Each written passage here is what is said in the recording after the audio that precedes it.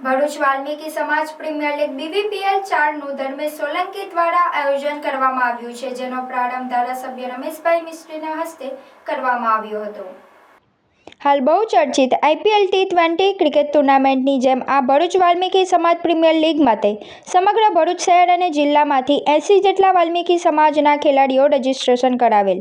વાલ્મીકી સમાજ ક્રિકેટ ટુર્નામેન્ટના ઉદ્ઘાટન પ્રસંગે ભરૂચના ધારાસભ્ય રમેશભાઈ મિસ્ત્રી, ભરૂચ નગરપાલિકાના પૂર્વ સ્ટેન્ડિંગ કમિટીના ચેરમેન હેમેન્દ્ર પ્રજાપતિ, હાલમાં જ નવનિયુક્ત ભારતીય જનતા પાર્ટી જિલ્લા મંત્રી કિશન મેર તેમજ મોટી સંખ્યામાં વાલ્મીકી સમાજના આગેવાનો તેમજ ખેલાડીઓ હાજર રહ્યા હતા। આ બધા હંમેશા સામાજિક પ્રવૃત્તિઓમાં નાની મોટી મદદ કરનારા લોકો છે।